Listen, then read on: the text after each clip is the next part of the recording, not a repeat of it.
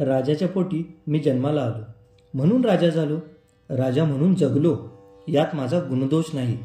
हस्तिनापूरच्या नहुष महाराजांच्या पोटी परमेश्वराने मला जन्म दिला. पित्याच्या मागून सरळ सिंहासनावर बसलो मी, त्यात कसले आहे मोठेपण. राजवाड्याच्या शिखरावर बसलेल्या कावळ्याकडे सुद्धा लोक कौतुकाने पाहतात. राजपुत्र न होता मी ऋषिकुमार झालो असतो तर माझे जीवन कसे झाले असते. शरद ऋतूतल्या नृत्यमग्न चांदण्या रात्रीसारखे की शिशिरातल्या अंधाऱ्या रात्रीसारखे, कुणी सांगावे.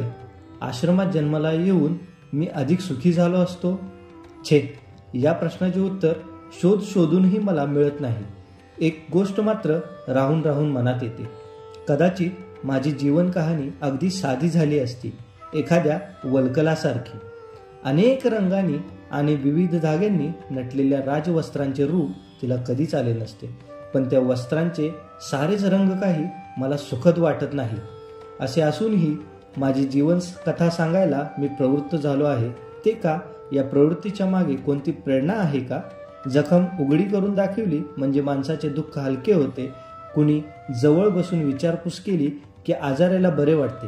आपुलकीच्या अश्रूंनी दुर्दैवी माणसाच्या मनातला वणवा विझतो. मला सुद्धा ते अश्रूच हवे आहेत का?